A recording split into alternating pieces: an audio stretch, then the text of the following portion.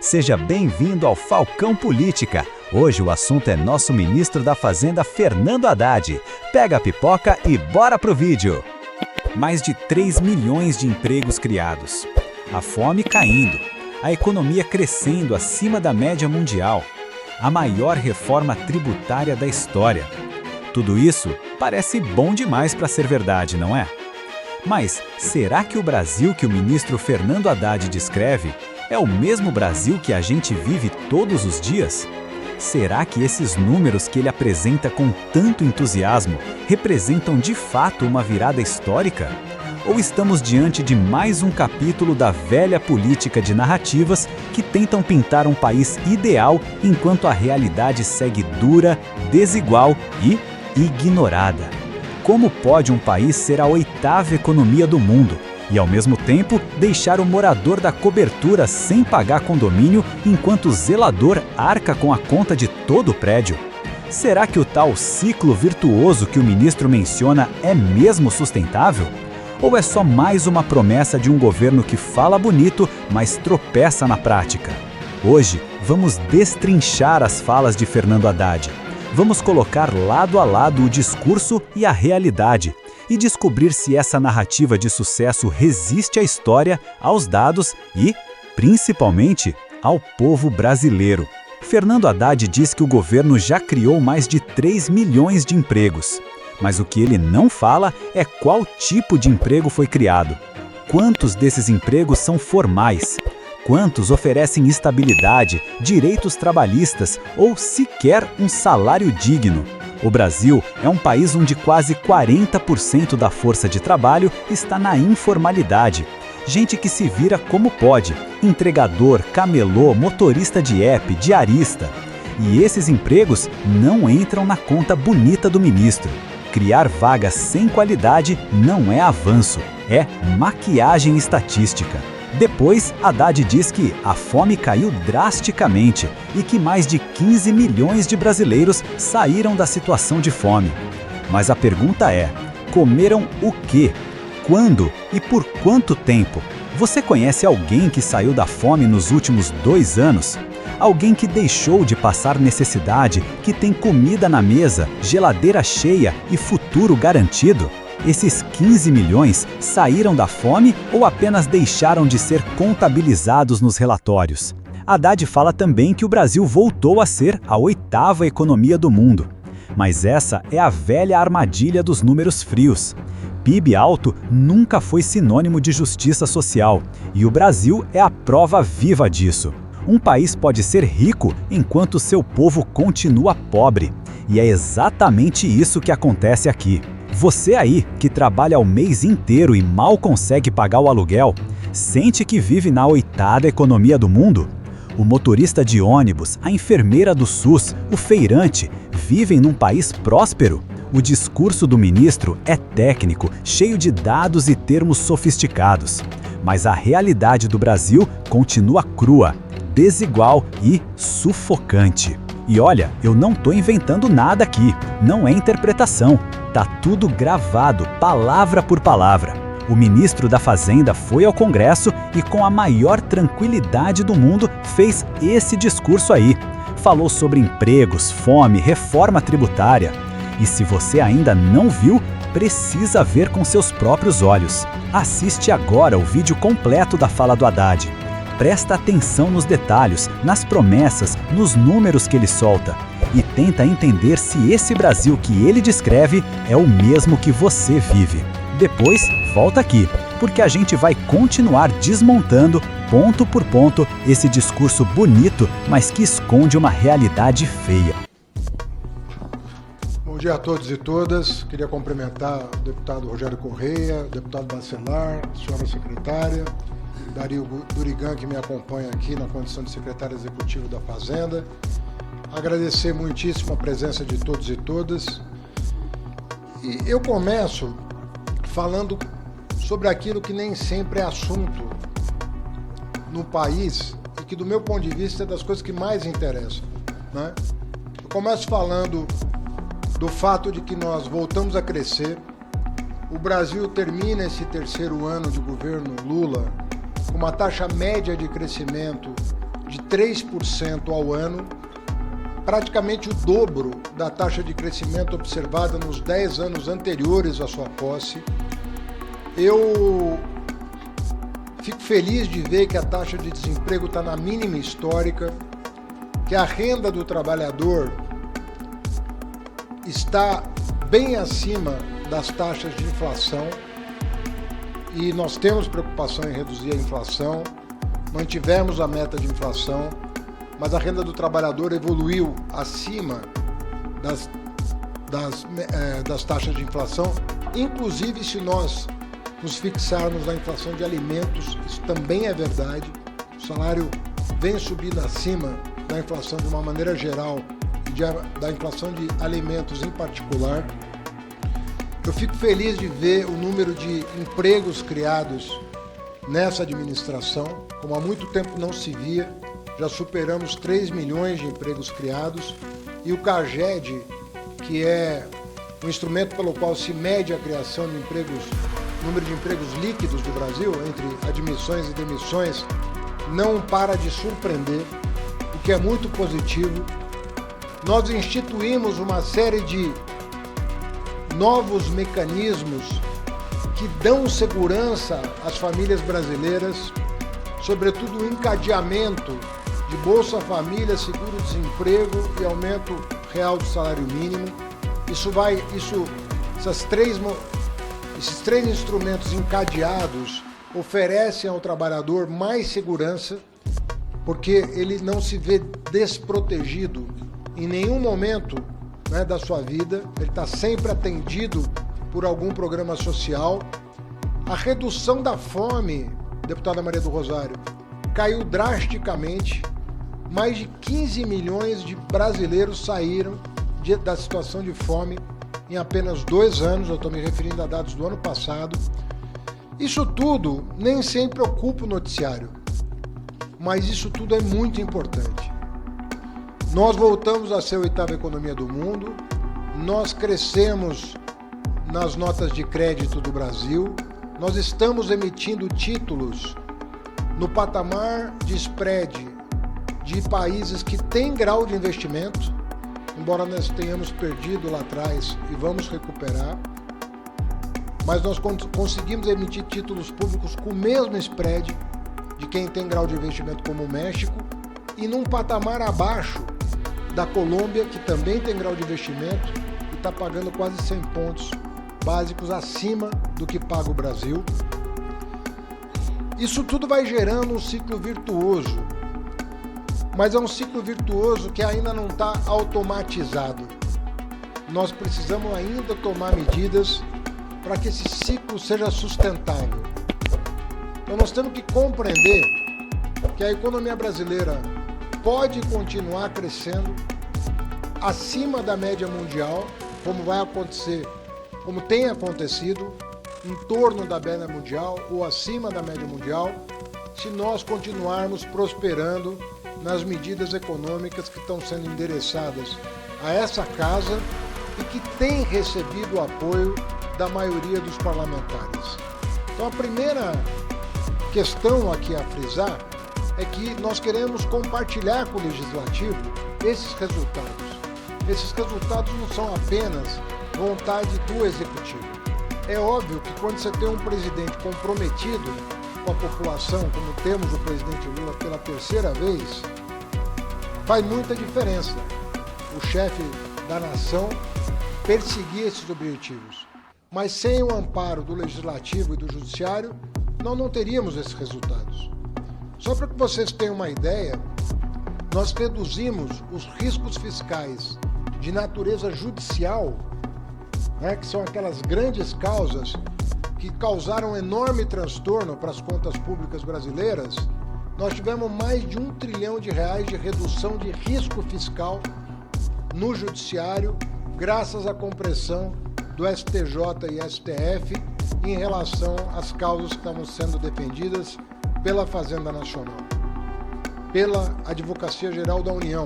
E faço aqui um cumprimento especial ao nosso querido ministro Messias, que tem feito um trabalho de esclarecimento não só das teses, mas das consequências de cada tomada de decisão, fundamental para que esse êxito fosse obtido. Isso é uma outra coisa que não frequenta o noticiário, a atuação do judiciário em proveito da melhoria das contas públicas no tempo, eliminando os riscos de natureza judicial, onde há muita coisa justa, mas há muito oportunismo também que tem que ser debelado pela ação do poder público. Eu acredito que as reformas já feitas por essa casa, e não necessariamente por provocação do Executivo, porque o Executivo teve a humildade de reconhecer determinados acúmulos que foram feitos aqui, de conhecimento técnico, como é o caso da reforma tributária, que não foi votada no governo anterior, porque o governo anterior era contra a reforma tributária, militou neste governo contra a reforma tributária. Se não fosse a sensibilidade desse parlamento, nós não teríamos feito a maior reforma tributária da história do Brasil. E não é apenas a maior, é a única feita em regime democrático. Ou seja, não houve nenhuma violência contra o parlamento para que a reforma saísse, como no passado acontecia. Nós fizemos em diálogo com o parlamento. Vocês patrocinaram, senhoras e senhores, a maior reforma tributária da história do Brasil sobre o consumo. Sobre o consumo. E nós sabemos que a reforma sobre o consumo tem algumas particularidades. Em primeiro lugar, ela envolve o Pacto Federativo. Em segundo lugar, ela envolve às vezes um antagonismo ou até uma contradição entre setores econômicos, agricultura, indústria e serviços. Você tem conflitos entre os setores. E esta casa soube administrar tanto o Pacto Federativo quanto o equilíbrio entre os setores econômicos.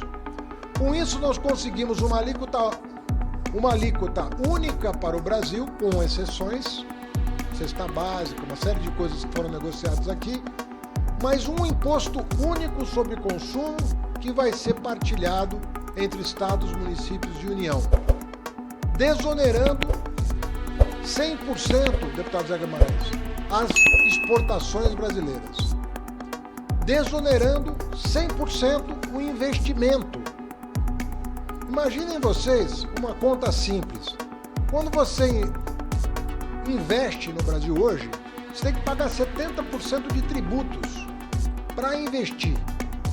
Imagina se você toma um empréstimo, o juro que o Brasil pratica, e ainda tem que pagar, além das máquinas, instalações, você tem que pagar ainda 70% de tributos. Como é que isso vai render o suficiente para pagar o banco, pagar os empréstimos, pagar as instalações, os fornecedores, para operar uma indústria nessa condição? A partir do momento que você desonera investimento, você está reduzindo em mais de 25% o custo do investimento no Brasil. As exportações, nós tivemos iniciativas no passado para minorar as perdas dos exportadores, é uma tremenda dificuldade você reaver o seu crédito, sobretudo nos estados. O crédito de CMS, por exemplo, tem empresas que estão há anos esperando receber. Isso esse pesadelo acaba com a reforma tributária. Mas vocês inovaram ainda mais. Vocês propuseram o speed payment, que é uma forma de você só reconhecer o crédito quando a fatura é paga, e vocês criaram o que vocês chamaram de cashback, que é a devolução do imposto para certas camadas da sociedade quando envolve bens essenciais. Essas coisas são tão inovadoras que nós vamos ter um dos sistemas tributários mais avançados do mundo e com uma particularidade que só o Brasil vai poder contar: a sua completa digitalização.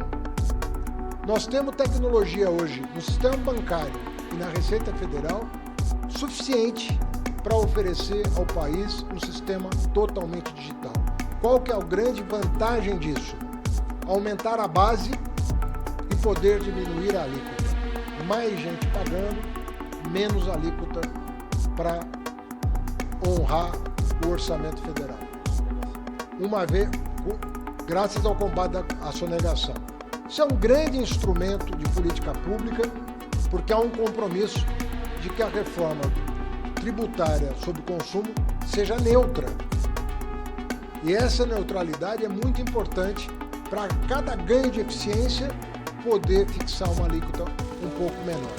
Lembrando que a nossa alíquota média, que é a que conta, está em linha com os países da OCDE. A nossa alíquota padrão vai ser um pouco mais alta em virtude das exceções que nós julgamos por bem aprovar em comum acordo, né? Mas isso tem um equilíbrio a ser feito em relação à alíquota padrão e à alíquota média. O que nós temos agora de desafio? Gostaria de lembrar também a reforma que foi feita no sistema de seguro no Brasil. Essa casa aprovou duas leis muito importantes voltadas para o crescimento do seguro no Brasil, que tem um campo enorme para se desenvolver, e das leis aprovadas em relação ao crédito. Estou falando do Desenrola, estou falando do Acredita, estou falando do consignado privado. São instrumentos que marco de garantias, são instrumentos, eu falei de 4 leis importantíssimas. Marco de garantias permite a retomada do bem durável rapidamente, desjudicializando o conflito, para que os spreads para compra de carro, compra de moto, compra de geladeira possa cair. Isso foi aprovado o ano passado. Acredita, várias linhas de crédito que estão funcionando para o pequeno produtor, para a micro e pequena empresa, o microcrédito para o pobre, né, que às vezes 2, 3 mil reais, 5 mil reais resolve a vida de um pequeno empreendedor que precisa trocar uma máquina, que precisa trocar um equipamento, é um marceneiro, são um eletricista, várias atividades que envolvem microcrédito e que estão à disposição hoje dos brasileiros. É um conjunto rico de medidas que foram tomadas. O consignado privado levou 20 anos para chegar a 40 bilhões. 20 anos. Nós vamos agora, nos próximos semanas, chegar a 20 bilhões. Ele mal foi anunciado, permitindo que uma pessoa que estava pagando para o agiota ou para o banco 6, 7, 8% de juros ao mês, trocasse a sua dívida por uma que agora está cara ainda, mas no Banco do Brasil e na Caixa está em 2,5%. Os bancos privados estão cobrando um pouco mais, mas os bancos públicos estão cobrando 2,5%. Você sai de uma taxa de juros de 6 a 8 para uma taxa de juros de 2,5%. E agora entra em operação, deputado Mauro Benevides, a portabilidade. Se você sentir que você está pagando um juro alto, e muitos ainda estão, você pode consultar toda a rede bancária, oferecer garantias e migrar com a sua dívida automaticamente, reduzindo o seu passivo instantaneamente, apenas com a concessão do novo empréstimo. São essas coisas que vão mudando a realidade econômica brasileira. Então nós temos toda a condição de avançar. Agora nós estamos com um desafio que não envolve uma questão federativa ou uma questão intersetorial. Envolve um problema dramático do Brasil, que é a renda. Esse sim é um tema muito caro a esse Ministério da Fazenda. Porque no Brasil, nós todos nos orgulhamos que nós estamos entre as 10 maiores economias do mundo. E é motivo de orgulho, né? Sobretudo quando o presidente Lula está no comando, em geral nós estamos bem posicionados. Mas nós temos que reconhecer que do ponto de vista de distribuição de renda, pouco se fez. Apesar de muitos programas sociais terem minorado a dor de quem nasce sem posses, nasce sem propriedade, nasce sem oportunidade. Nós minoramos, não há dúvida. Então aí os programas sociais que são um exemplo para o mundo. Mas do ponto de vista da tributação da renda, infelizmente, nós temos um quadro muito dramático. porque eu costumo dizer que o morador da cobertura não paga condomínio e o zelador está pagando o condomínio do mesmo prédio. Do mesmo prédio. Como é que você cobra do zelador, né, que às vezes mora ali no prédio, você está cobrando o condomínio do zelador e não está cobrando o condomínio de quem mora na cobertura. Essa é a verdade sobre o Brasil. Essa é a realidade do Brasil. Então, quando nós mandamos as medidas que nós mandamos, isso pode assustar num primeiro momento. Então eu sei que de domingo para cá, muita gente veio para Brasília para conversar comigo, para conversar com vocês, para falar de quão injusto é pagar imposto de renda. Quão injusto com ele é pagar, não é o que você e eu pagamos, porque nós aqui temos 27,5% de desconto na folha. A minha alíquota efetiva é em torno de 22%, 23%. Entendo que todos aqui devem pagar por aí uma alíquota efetiva superior a 22%. Eu não estou falando de nós vamos continuar pagando a mesma coisa. Nós acabamos de declarar imposto de renda e todo mundo viu a alíquota efetiva que todos nós pagamos. E ninguém aqui está reclamando disso, porque o Brasil precisa dessa arrecadação. Nós estamos falando de quem não paga nem 10% de alíquota efetiva. E essa pessoa ganha mais de 1 milhão por ano de renda. E a alíquota efetiva média de quem ganha mais de 1 milhão por ano é 2,5%. Tem alguma coisa errada com o Brasil. Tem alguma coisa muito errada com esse país. O que nós fizemos? Nós mandamos uma lei dizendo o seguinte: primeiro, cumprindo uma promessa de campanha que não era apenas do presidente Lula. Ela já tinha sido feita na campanha de 2018. Eu participei da campanha de 2018. E não era uma promessa do PT, da esquerda. Agora, a diferença é que alguns cumprem o seu compromisso de campanha, outros não. E o presidente Lula sempre nos obriga a ler o seu plano de governo. Todos nós voltamos ao plano de governo apresentado na eleição. É nosso hábito saber o que da nossa palavra nós conseguimos entregar. E durante um ano, a equipe da Fazenda se dedicou ao tema do imposto de renda. E encontrou uma fórmula elogiada por muitas pessoas que não tem nada a ver com o nosso campo.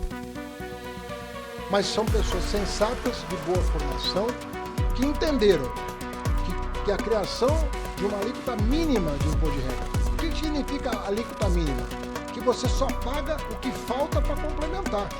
Se você ganha 1 milhão e paga 5, você só tem que pagar mais 5.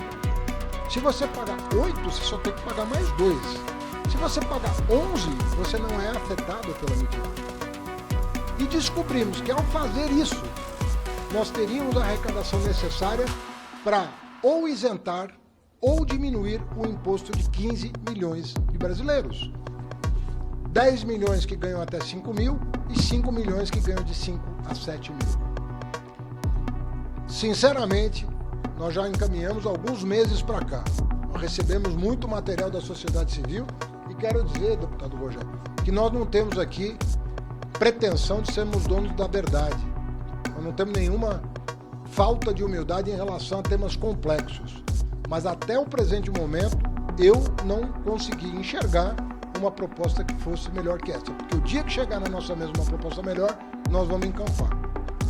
Mas essa proposta, repito, que foi discutida durante mais de um ano com os técnicos do país, inclusive do setor público, mas não apenas, é um desenho que me fez crer que é possível melhorar esse país com justiça tributária.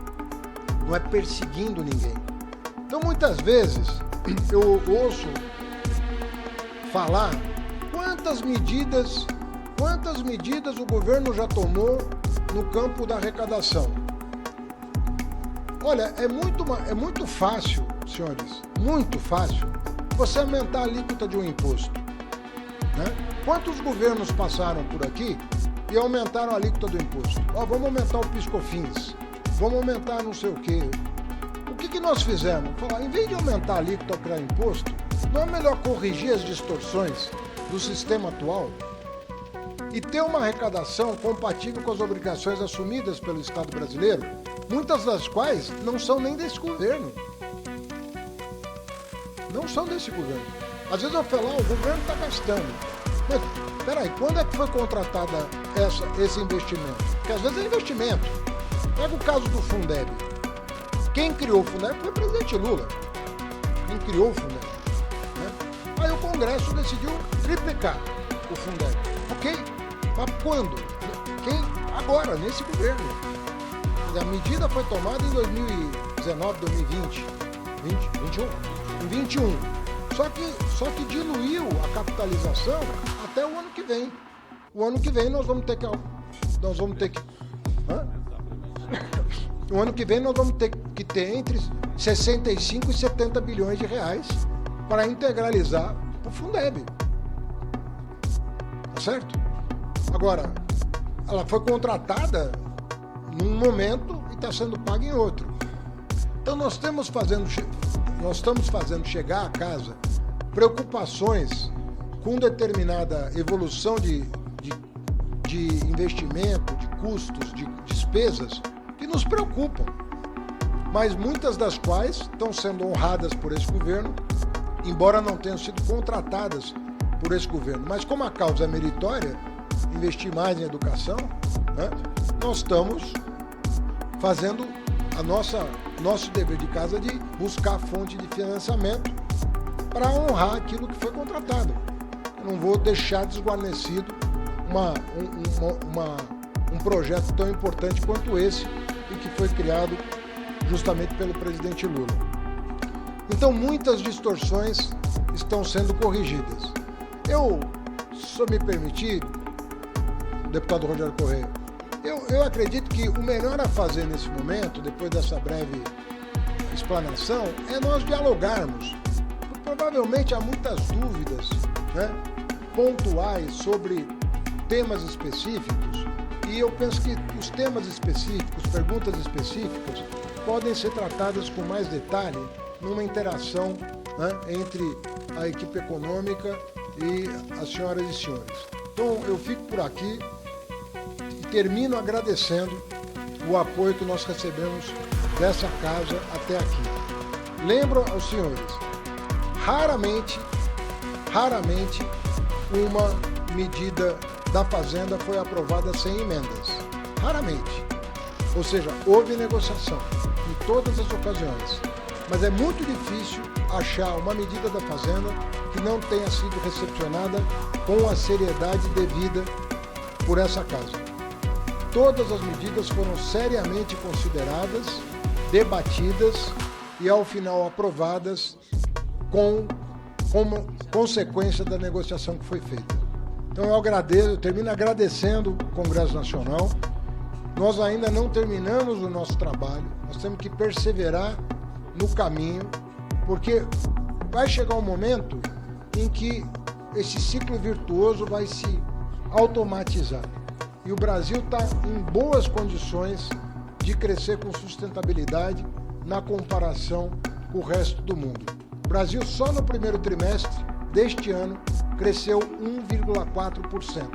Pega o ranking mundial de crescimento, você vai ver o Brasil no topo da lista, né? Na comparação, inclusive, com países como China, né? Como Estados Unidos, que inclusive está numa retração econômica. E o Brasil continua crescendo e pode continuar crescendo. Não há razão para nós não continuarmos a crescer. Mas nós temos que ter a coragem de enfrentar determinados tabus e corrigir determinadas distorções do nosso sistema tributário e orçamentário. Muito obrigado.